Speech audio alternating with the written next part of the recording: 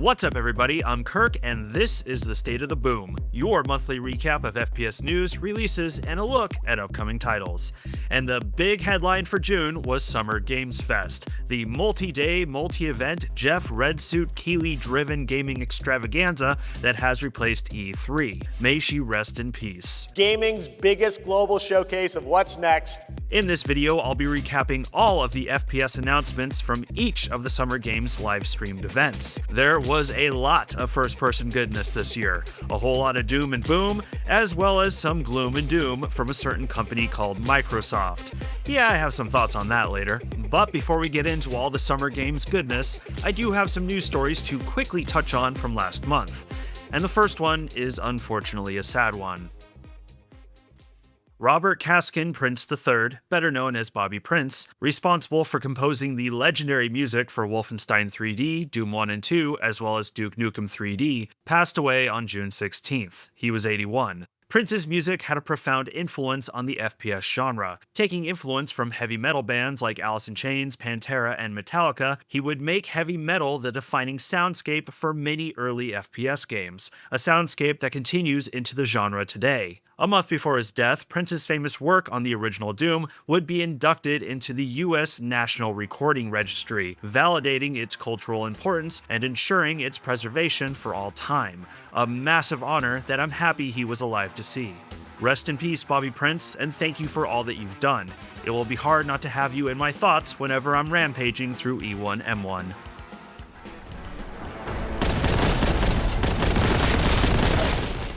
The second Steam Next Fest of 2026 was held from June 15th to June 22nd, and featured 4,382 playable demos.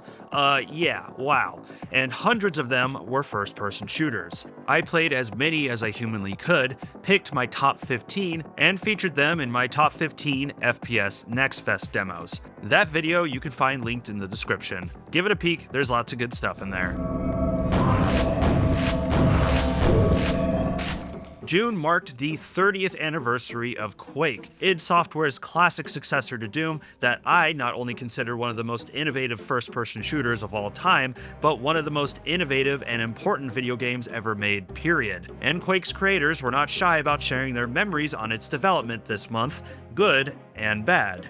Sandy Peterson, in fact, who was a level designer at id and worked on Quake's story, took to X to essentially say that while Quake was incredible, it ruined id Software, citing that the rough development led to many prominent members of id, like John Romero and himself, leaving the company.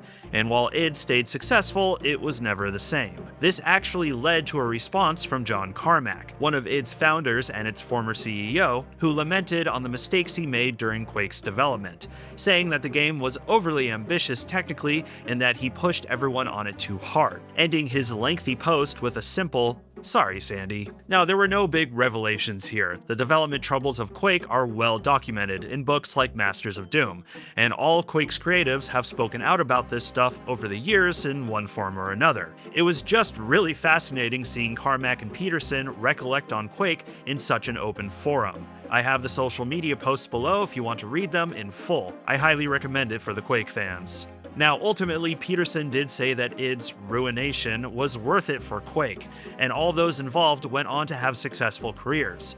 And while he neglected to mention it, id Software still exists, albeit with a whole different team, and in the past decade has been firing on all cylinders, doing its founders proud.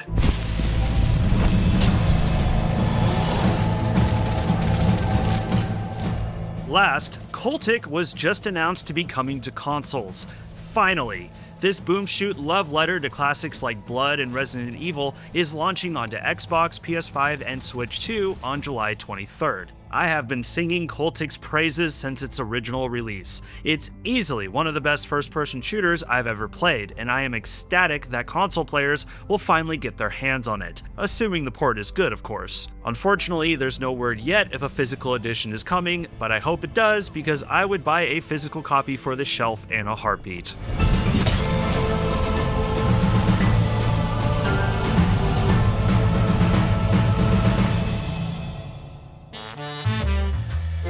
Okay, now it's time to jump into the Summer Games Fest. For this section, I'm going to go through each of the live-streamed events, roughly in the order that they premiered. I moved a couple things around for better pacing. Take note though, I am only recapping events that had FPS announcements. If an event is missing here, it's because there weren't any shooters announced. Now you ready to get to it? Summer Games Fest hit the ground running with the Mix Summer Indie Games Showcase, with 50 indie games shown off and numerous world premieres. Just a smattering of first-person shooters though, 3 in fact, but 3 that I'm very excited to play soon.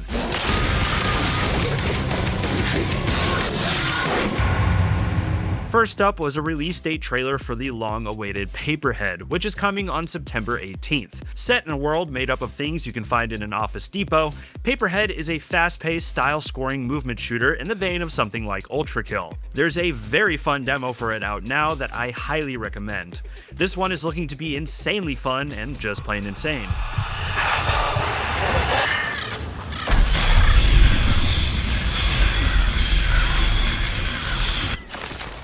Next was a gameplay trailer for Lucid Falls, a supernatural horror set in the great outdoors. Rocking combat that for me harkened a bit to Alan Wake, however with the hinted at puzzle elements and arsenal featuring a crossbow and melee weapons like a mace, I can't help but get some Total Chaos vibes from this one as well. No date for this yet, but I think it's worth keeping an eye on. The system is broken.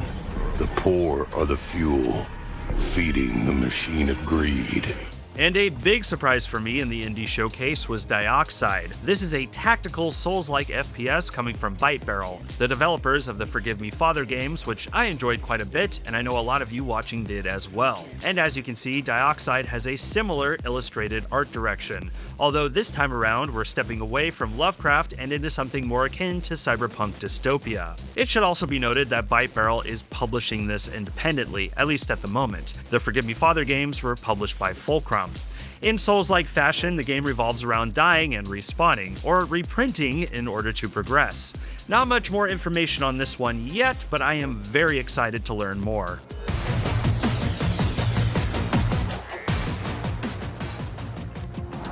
Hello and welcome to State of Play. Moving on to our next event, we have Sony's State of Play, which for me, and I know others, was a bit of a mixed bag, leaning towards the disappointment end of things. The beginning was cool, the ending was really cool, and everything in between was alright. Definitely cool stuff to look forward to, but in my opinion, not a lot of heavy hitters. Not a lot to report here on the FPS front. The big reveals were of the third-person variety, but first-person horror was certainly represented, with Silent Hill Townfall, which honestly isn't moving my needle too much, although I think The Lost Wild looks awesome. I'm hoping this is a sort of RE7 take on Dino Crisis.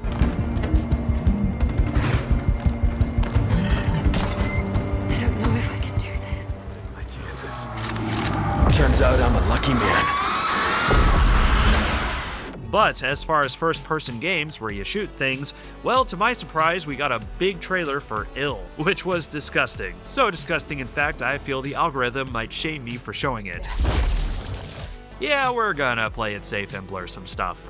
I've covered Ill on the Boom before, listing it as one of my most anticipated upcoming shooters, and it was nice to get a trailer with a little more story focus. Although the new gameplay footage was certainly juicy, in all aspects of the word. Still looking forward to this one melting my PC sometime in 2027. Sadly, no hard release date yet.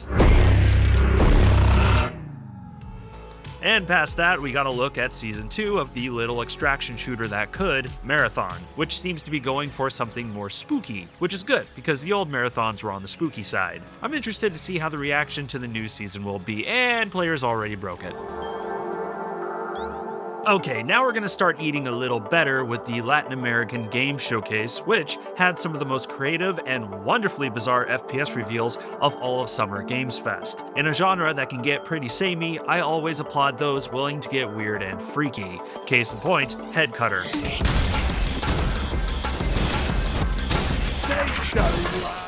Which features lo-fi visuals, a manual reloading system, and a destruction system where just about everything can be demolished. It looks absurd to say the least, and likely something that will make me giggle like a maniac. The health bar being a cigarette is also a nice touch. Ugh, what a fucking gobshite. Following that was Comatose, a retro-style survival horror rocking PS1-style graphics and definitely taking a lot of inspiration from Silent Hill. This one actually launched in early access on the day of the showcase, meaning you can play it right now.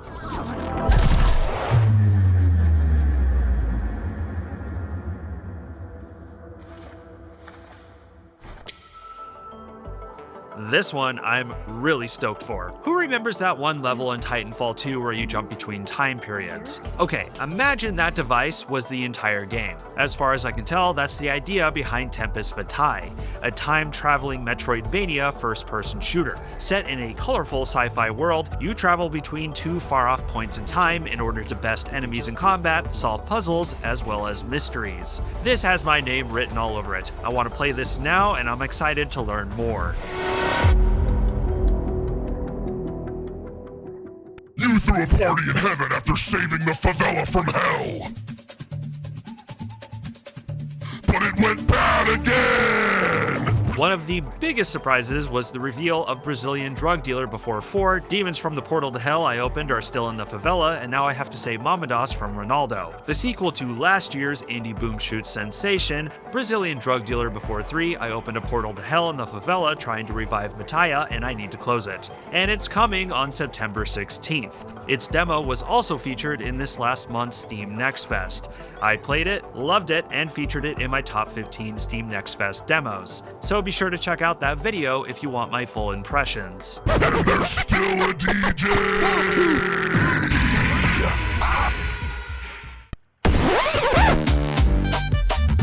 The Brazil core wasn't finished though, as Carvana 2000 was revealed. Like Brazilian drug dealer before 4, I'm not sure what's going on in this game, but it looks like quite the time. No release date yet, but you can sign up for a playtest now on Steam. For the women-led game showcase, there was a lot shown off, but only one first-person shooter, which was the launch trailer for Luna Abyss, which actually dropped on May 21st. This is a bullet hell-style FPS with some wild-looking art direction. This comes with a bit of sad news, unfortunately, as its developer, Quali Labs, announced on June 16th that they were preparing to shut down, not even a month after Luna Abyss's launch. This was despite Luna Abyss receiving positive reviews from both critics and players, with an 80 on Metacritic. However, the $30 game was also released day and date on Game Pass, which might not have done it any favors. There's not much more information out there on what the situation was here, unfortunately. Luna Abyss is still out there though, and again has had a strong reception. Give it a peek. Please welcome to the stage, the creator of the Game Awards, Jeff Keighley! Now we have finally reached the central flagship show, the Summer Games Fest, streamed from the Dolby Theater on the urine-drenched streets of Hollywood Boulevard. Yes, with Jeff Keighley hosting in a horrific red suit. Dude, what were you thinking? But man, what a show. Honestly, a solid stream of AAA announcements. Kicking off with the Resident Evil most in need of a remake, a peek at Alien Isolation 2, a much-wanted Ninja Turtles adaptation, a new Cuphead announced, yay, Tupac for some reason, and ending with the final chapter in the FF7 remake, which I can't wait for. Yeah, I'm a Final Fantasy fan. What? As far as first-person shooter announcements go, it wasn't as remarkable compared to other showcases in Summer Games Fest. Yes, the best is still yet to come in this video. But there were some tasty nuggets to enjoy. Sand Raiders of Sophie was shown off by TinyBuild, an open-world co-op shooter where you and a crew build giant mechanical war machines to go against each other in the open desert. Vibes like a sort of steampunky Mad Max Sea of Thieves. TinyBuild also revealed Last Harbor, a survival FPS where you must survive in the open waters of the San Juan Islands of Washington State, fishing for food, building up your boat, and fighting zombies while scavenging for supplies. Looks really intriguing, honestly, and as a Washington boy myself, always fun to see the state I grew up in represented. Still seems pretty early judging by the footage, but hopefully we see more of this soon. The Grounded 2 update was announced for August, also announced to be coming to PS5. A brief, and I do mean brief, glimpse at Turok Origins, specifically its FPS gameplay.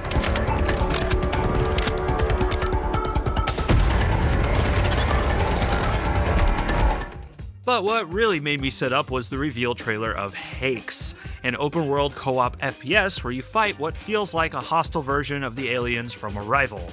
While combat and exploration are at the forefront of this trailer, it also strongly hinted at a landscape-altering puzzle-solving thingy-majig using some sort of alien Rubik's Cube.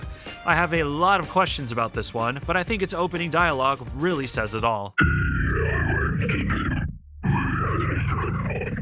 Yes indeed, well said. Immediately following the Summer Games Fest stream was Day of the Devs, hosted by Tim Schafer and his Double Fine crew, who I really hope still have jobs in a month. This stream was full of a lot of charming looking indies in development, but there was only one shooter presented, which was Lazy River. This is a co-op FPS where you and your friends survive on an infinite lazy river within the universe's most unregulated water park. The plot here is someone peed in the lazy river and it's turning everyone into zombies. On top of battling zombies with pool noodles and squirt guns, you and your buddies can build up your floating fortress and craft items to survive. This looks amazing to me. It reminds me a lot of Peak, which I've been obsessed with these last few months, and I'm hoping I can get my Peak buddies into this because it looks like a lot of fun. Uh-oh, I'm dying, help. All right, well, have these onion rings before we die. In the story-rich showcase, we got a look at Ambrosia Sky Act 2. This is a story-rich, immersive sim where you explore an asteroid colony infected by some sort of dangerous fungus. Explore the colony, uncover the mystery, and eliminate the contamination in whatever way you can. Act 1 is available now, and Act 2 is coming on August 6th, 2026.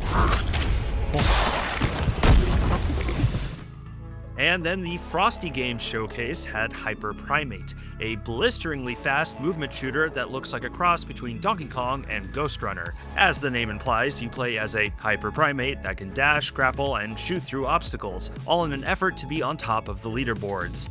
It launches on August 19th, and there's a demo out now on Steam. After that, there was a short trailer for Blighton, a retro-style horror FPS that aims to be hitting that middle target in the Venn diagram of first-person shooter fans and hardcore survival horror fans. And another treat for the survival horror fans was Radio Decay, a Lethal Company-inspired co-op shooter where you and your buddies extract loot and fight horrific bug-like monsters. Speaking of treats, there was also a scrumptious trailer for Doomsday Diner, a cooking FPS where you run a roadside diner in the apocalypse, cooking up grub for the raiders and keeping them in check.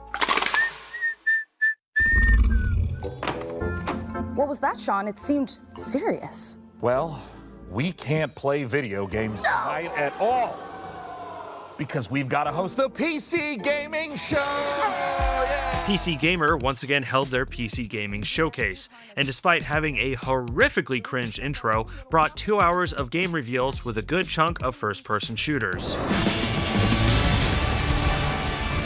Let the slaughter begin! We got a better look at Serious Sam's Shatterverse and its 4-player co-op brutality. This one was announced a few months back, and I was a bit lukewarm on it, as the online co-opification of classic FPS titles tends to make my eyes roll a little. But honestly, this new trailer was a pretty good showing. There was a variety of gameplay displayed, numerous Sams represented, and naturally a ton of enemies and weaponry. And all of it was running silky smooth. Hey, this might turn into a pleasant surprise. And they announced signups for a playtest too. Speaking of co-op, there was a trailer for the Abiotic Factor expansion, Entropic Beach, a tropical take on Abiotic's Gold Source antics. There was an adrenaline-inducing trailer for the new Voidbreaker update, and then a trailer for Impulse, yet another Titanfall-inspired multiplayer game. If you recall, I highlighted a similar title called Shatter Rush in my April Boom. I actually covered the demo for this in my Steam Next Fest video and had some kind words for it. Peek that video if you're curious.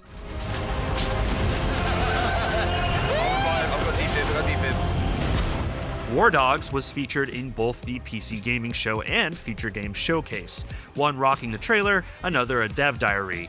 This is a modern warfare online shooter stressing it's not a battle royale or an extraction shooter, just simply 100-player all-out warfare. And honestly, I think this one looks pretty decent. These tactical military shooters are often a coin flip for me, but this does look fun, and the old Battlefield fan in me always loves the idea of a big chaotic battlefield. Also kind of vibes like MAG, if anyone remembers that one. The closed pre-alpha was also announced with signups going live. Time Strike was announced and is looking pretty unique. It's a time-bending boomer shooter made with luscious voxels. The trailer showed off gameplay involving stopping time to fling bullets, debris, and severed heads at enemies, which looks awfully fun. What was that noise? But what easily had me the most hyped from this showcase was the reveal of the Thief remaster coming from Night Dive Studios. Freaking finally. So this was a surprise because I kind of assumed Aspyr or another studio under Embracer ownership would be handling this one. Case in point, the recently announced Deus Ex remaster coming from Aspyr. However, with the poor response to its announcement, with sharp fan backlash to its new visuals, ultimately leading to an indefinite delay, it's easy to speculate that Night Dive was tapped for Thief instead of Aspyr, due to their proven expertise in the remaster space and fan demand for it. Also helps that Night Dive has worked with Thief's engine already by way of their System Shock 2 remaster, and it's hard not to wonder if they might inherit the Deus Ex remaster from Aspyr. Let's face it, there were a lot of Deus Ex fans saying that Night Dive should be the ones to do it. But that's all speculation. For all I know, they were hired to do this remaster at the same time the Deus Ex one was put into production. Anyways, I could speculate on this all day, but what's more important is that this remaster is finally happening, and so far looks right on the money. The idea of this classic game being brought back to a whole new audience is incredibly exciting to say the least, and my hope is that a Thief 2 and 3 remaster are soon to follow. No release date yet, but Night Dive is targeting winter for release, which I say is perfect. Nothing like staying in from the cold, bundling up, and knocking some heads. Not so secret anymore, is it? Tell me, officer. Do you remember the feeling? PON is a brilliant concept. It's a co-op horror game where you play as a team of criminal henchmen who are being hunted down by a caped superhero that is definitely not Batman.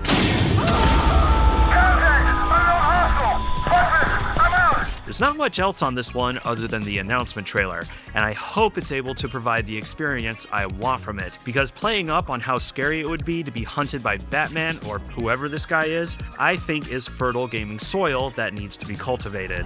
Hello, you gorgeous, gorgeous people, and welcome to the Future Game Show Summer Showcase. Rocking a nearly as cringe intro as the PC Gamer Showcase was the Future Games Showcase, hosted by Alex Tomb Raider Regan and the Baker of Troy, who you may have heard in, I don't know, everything. Just throw a dart at your game shelf or your Steam library, it will likely land on something he's in. But they did have a decent showing of titles and a decent showing of first-person shooters. There was a new gameplay trailer for Enginefall, the co-op survival shooter that is a mixture of Snowpiercer and Call of Duty. This one has been in development for some time, and while there's no release date yet, a June 8th playtest was announced. Definitely one to keep an eye on. WTF, Waifu Tactical Force, is a colorful online arena shooter featuring bouncy anime girls murdering each other in cold blood. Gameplay-wise, it looks pretty strong, and I'm sure there are plenty of gamers out there that are going to be loving all the cute jiggles with the playable characters. Don't trust anything they say. Oh, Harry? Where are you? I'm here. Harry? Finally, there was a gameplay reveal for Codura, a 4-player psychological horror game where you and your buddies go into a haunted house and try to extract some goods, all while combating a mimic system where monsters can take over the bodies of your teammates. To me, this looks like a AAA take on titles like Lethal Company, and if it's able to replicate the scares and silliness of titles like that, then Codura could be an absolute sensation. I won't let you go.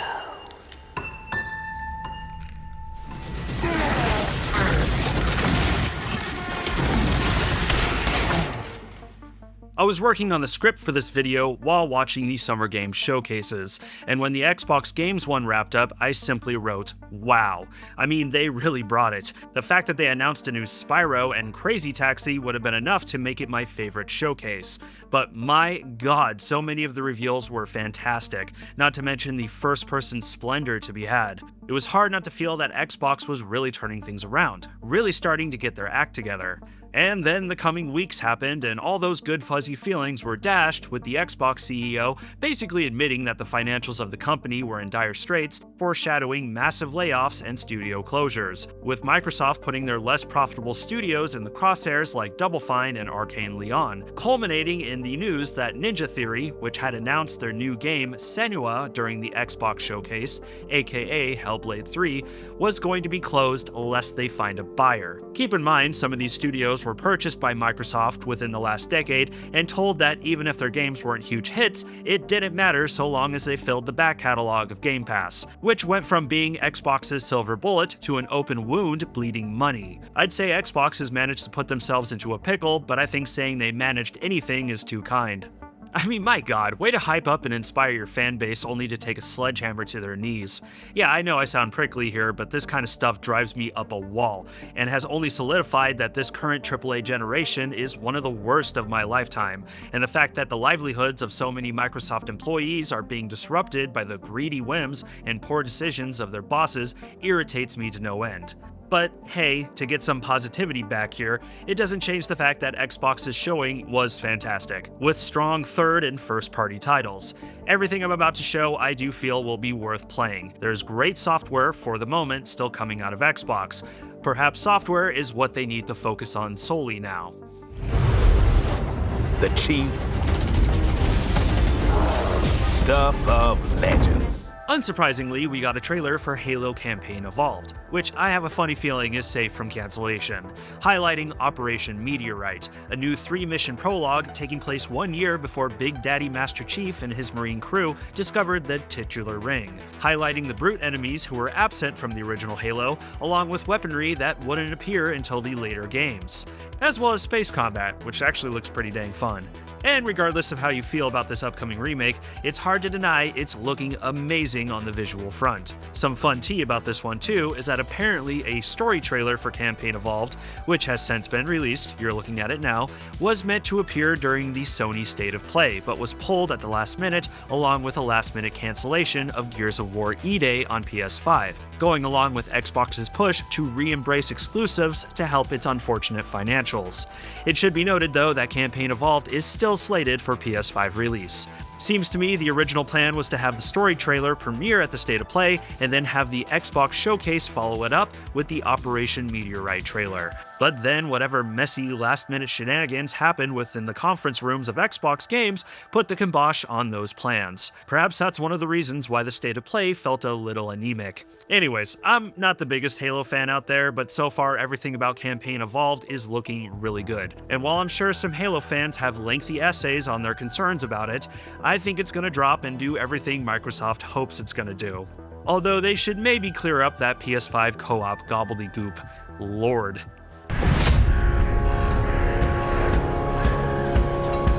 As a Spartan, you are a legend. Moving on, there was an incredible trailer for Metro 2039. Every Metro release has represented a benchmark in gaming visuals, and 2039 carries that torch with this trailer showing off some jaw-dropping graphics. The weather effects in particular look magnificent, along with lusciously realistic fire and smoke effects, and terrifyingly rendered enemies. Beyond that though, while 2039 is moving away from the deserts and trains of its predecessor in favor of putting players back into the dank, moldy tunnels of the Metro, it still appears to be rocking the vast open-world-ish structure of Exodus, again with an emphasis on both stealth action gameplay and nail-biting horror-fueled firefights. I've enjoyed every Metro release so far, and 2039 is looking mighty good. No hard date yet, but it's targeting a February 2027 release.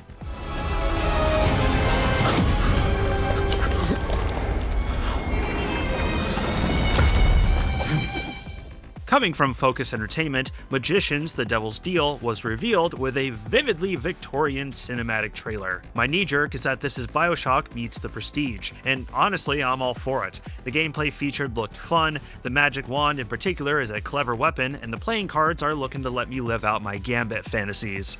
Looking forward to seeing more on this one. There was a trailer for Valor Mortis, revealing its release date for September 24th. This is a first-person Souls-like set during the Napoleonic Wars, and coming from Ghost Runner developer One More Level. There was actually a demo for this dropped during Steam Next Fest. I did not cover it in my Next Fest video, and am kind of kicking myself a little for it, because I did eventually play it and really enjoyed it. It scratches that Souls itch nicely, and translates that sort of gameplay well to a first-person perspective. The demo was a little buggy and janky, but it's a demo. Cool game though, great concept, awesome trailer. I definitely have this one on my wish list. It's my kind of night. Alarms are ringing, bullets are flying. What you do that for? My fingers slip. And every copper in the tangle is on my tail.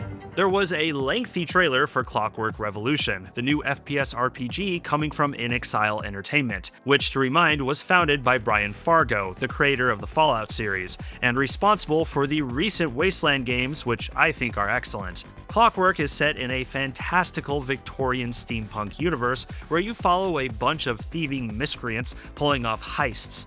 While whiffing a little bit like Obsidian's Outer Worlds titles, Clockwork Revolution sets itself apart with time travel mechanics, allowing players to manipulate the world around them and thus the course of the story. Oh boy, here come the choices. The story does have me intrigued with this one. The cast of characters are certainly colorful, and the gameplay is looking tight and hard-hitting, which is impressive seeing as this is inXile's first foray into FPS mechanics. Looking forward to this one next year, assuming Microsoft doesn't cancel it. The final thing shown for the Xbox showcase was a look at COD Modern Warfare 4's new DMZ mode, taking place in the North Korean exclusion zone. And yeah, I couldn't help but roll my eyes at this one, especially with it being the final reveal. But in all fairness, it was a good showing for the upcoming mode. Am I gonna play it? Likely not, but it certainly looks interesting. I don't know, if there's any extraction shooter players watching, let me know what you're feeling on this one in the comments.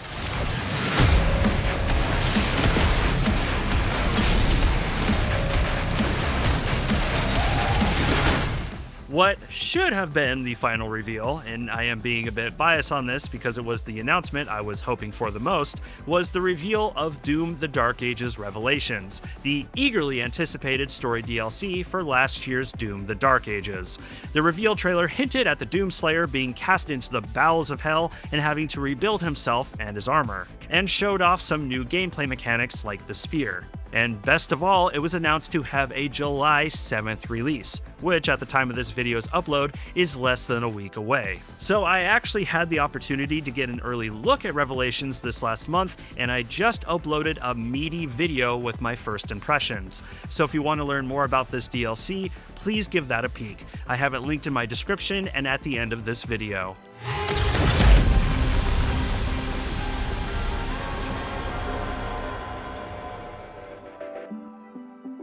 And with our recap of Summer Games Fest 2026 done and dusted, it's time to take a look at the FPS releases from this last June. As always, if there was something I overlooked, be sure to shout it out in the comments. And when this video wraps, be sure to check out my uploads from this last month. My first look at the incredible Sprawl Zero demo, my top 15 demos from the June Steam Next Fest, and technically this was my first upload for July, but again, give my first impressions of Doom: The Dark Ages Revelations a peek. And of course, if you haven't yet, please like, subscribe, and share. It is a big help for the algorithm. Kill hordes of sprinting enemies in sterile white environments in shock and awe, released right at the start of the month. Pop your opponent's balloon in arena-style combat in I Am Better Than You, released on the 2nd. Also on the 2nd was Wasted Bloodline, a competitive military shooter rocking split-screen multiplayer. Free-to-play military FPS The Reserve threw us into the desert to light stuff on fire on the 4th. Announced during the Latin American showcase during the Summer Games Fest, Comatose released into early access on the 4th. Another spooky one on the 4th, Hunt Asylum Together is a 4-player co-op FPS where you rummage through an asylum looking for cursed books and fight spooky enemies. GZ Doom-powered Project Absentia had its 2nd episode release on the 5th. Do you have a vendetta against the avian menace of the world? Birds Hunter might be your cup of tea. It flew out on the 5th. Black Powder Box is a PvE sandbox FPS giving players the freedom to create their own levels and compete against their friends in whatever way they want. It was released into early access on the 5th. A cooperative FPS in a vast open world, Tribots released into early access on the 5th. A first and third person roguelike, in Killer Bean you play as a highly skilled coffee bean that's out there to take out the baddies in the world. It got all roasted on the 8th. A rapid FPS roguelike where you rampage through black and white environments to pull off a heist, Withdrawal blasted out on the 10th. Sports meets Slaughter in Sportal, a roguelite arena FPS that chucked out some balls on the 11th. In Hyper Glee Semic, you play as Glee, a teenage girl trying to survive an army of candy. It dropped for free on the 12th. A Metroidvania boom shoot in the vein of Castlevania and rocking a low poly art style, Alaric whipped into action on the 15th. A dark fantasy FPS with grapple mechanics, Atelier's Key released for free on the 16th. Dial Z to Zombie is an old-school FPS where you take on zombies that have crashed the beach. It shambled out on the 16th. Goblin America got squirmy and bouncy on the 17th. A highly stylistic FPS that looks like it was ripped straight from the Virtual Boy, The Last Salvage Squad got players battling aliens on the 17th. On June 18th, the 50v50 Battlefield Simulator returned, with Hell Let Loose Vietnam. This is not a democracy, it's a hellocracy, a story-focused shooter set in a bureaucratic hellscape. It released on the 18th. Also on the 18th, Never Stop Moving in Rind, a sci-fi arcade shooter where you blast metallic things on metallic surfaces to metal music. Hunting season opened on June 19th with It's Hunting Time, a tropical boom shoot made in Godot. Fight your way through a dark city where the sun went out forever, in 1B1E, released on the 19th. Fight zombies in the wasteland with your buddies in Zombie Wasteland Together, released on the 20th. Ermagerd, Stirp the Dark Wizard! Wizard Quest 2 is a fantasy FPS RPG with goofy FMV cutscenes. Announced during Summer Games Fest, Sand, Raiders of Sophie was released into early access on the 22nd, providing PvP robot battles in the desert. On the 23rd, Voltage High Society released into 1.0, a first-person Metroidvania beat-em-up described as fisting your way through a prison island. Yeah, we might want to reassess that description, fellas. A military sandbox looter shooter, Project Leet, or is it L33T, got all tactical on the 23rd. Titanfall-inspired Impulse wall ran into early access on the 24th. Smashing its way onto Steam on the 24th, Killcast is a Smash TV-inspired shooter where you take part in a twisted game show. Play as a robotic dog soldier in the high-octane FPS Dogpunk, letting us be a good boy on the 25th. A first-person adventure with a focus on puzzle solving and folklore, Eyes of the Elderwood dropped into early access on the 26th. An old-school FPS where you play as a murderous tree, Ironwood grew into early access on the 26th as well. Getting spooky on the 28th, Onsen 1313 is a first-person horror set in an abandoned Japanese bathhouse. And finally, let's get a look at some of the FPSs coming in July. Fight endless waves of enemies with far future tech in All Tomorrow Invasion, protecting humanity on the 2nd. Get ready to rip and tear again with Doom the Dark Ages Revelations, releasing on the 7th. A marathon-esque, old-school marathon, boom shoot, Silicon Scars also drops on the 7th. On July 9th, old-school cyberpunk FPS Cyber Psychosis is revving up its chainsaw. July 10th sees Shrapnel Sentinel, a wild-looking arena FPS with an emphasis on defense. An edgy old-school FPS, Maledictor chucks out the Molotovs on the 14th. Time replaces health in Project Ray's Fall of Terra, releasing on the 16th. Kill the Man in the House in Kill the Man in the House, a surreal tactical FPS with open sandbox maps. Yet another body cam shooter, Bodycam on Record brings the realism on the 17th for online PvP firefights. A throwback to Wolfenstein 3D, Bolshefiction 2 gets old school on the 17th. Cultic releases on consoles on the 23rd. Please play this if you haven't. A wave-based shooter where you fight in the dark, It Consumes emerges from the shadows on the 24th. Ultrakill-like Dimenshot releases on the 27th. I played its Next Fest demo this last month, and it's pretty fun. Definitely worth keeping an eye on. An 8-bit FPS that vibes a little like Faith, 10 Hours Before Sunrise also drops on the 27th. We also get Tachyon Fire on the 27th, a balls-to-the-wall movement shooter with a surreal art style. On the 28th, a little game no one has ever heard of called Halo Campaign Evolved releases. I'm sure no one's going to be paying any attention to this one. Also on the 28th is Heart Dust, a multiplayer horror shooter inspired by early 2000s shooters. And that will do it for this lengthy State of the Boom. If you stuck around this far, thank you so much. And if again you enjoyed the video, please like, subscribe, share, and comment. It's a huge help with the algorithm. I'm Kirk, and thank you for watching this video. Stay safe out there.